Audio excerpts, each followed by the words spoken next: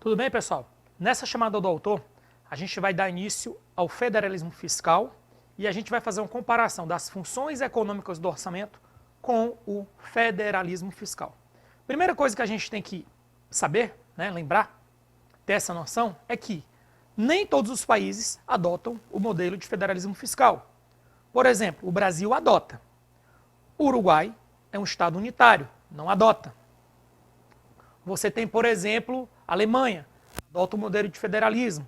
Os Estados Unidos é um outro tipo de federalismo. Mas, normalmente, nos federalismos, o que é que você vai ter? Que isso é o ponto importante aqui da aula. Você vai ter um ente nacional, você vai ter um ente regional, que é um estado, ou um outro nome, e você vai ter um ente local, que vai ser o município. Aqui você tem as funções econômicas do orçamento. Quando você tem essa situação aqui, o que é que acontece? A gente deve lembrar que quando você faz uma função distributiva, você quer combater desigualdade. Será que a função distributiva sendo aplicada por um ente regional ou local, ela vai ser bem-sucedida? É isso que a gente vai explorar agora.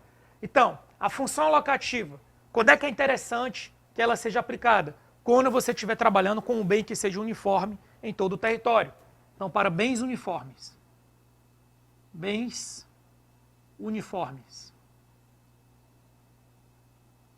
Quando é que a função locativa vai ser importante para o âmbito regional? Para bens regionais. Então, por exemplo, uma estrada que vai cortar um estado, pode ser feita pelo estado. Agora, se for uma ferrovia que vai cortar todo o país, já é interessante que seja feita pelo órgão nacional. E aqui, bens locais. Municípios, ou seja, uma ponte que liga um bairro a outro, tem que ser tocado pelo âmbito local. Ou seja, não pode se esperar que o âmbito nacional vai tocar obras que são de âmbito regional e local, porque isso vai gerar ineficiência, isso vai gerar complicações perante os outros entes da federação. Isso aqui seria a forma justa de aplicar a função alocativa no âmbito de uma federação. Agora a gente tem a função distributiva. A função distributiva aqui é o ideal. É o ideal que ela seja tocada aqui pelo âmbito nacional. E se uma política distributiva for tocada pelo âmbito regional ou local, ela vai ser neutralizada. Por quê? Ela corre o risco de ser neutralizada. Por quê? Imagina se determinado estado resolve dar o triplo do Bolsa Família para quem mora naquele estado. Sabe o que é que vai acontecer? Várias pessoas de outros estados vão migrar para aquele estado. Vai ocorrer o efeito de deslocamento. Isso vai acabar neutralizando o efeito da política pública daquele estado, que ele não vai dar conta. Então, o que a gente vai colocar aqui para esses dois, nesse caso, tende a ser neutralizada.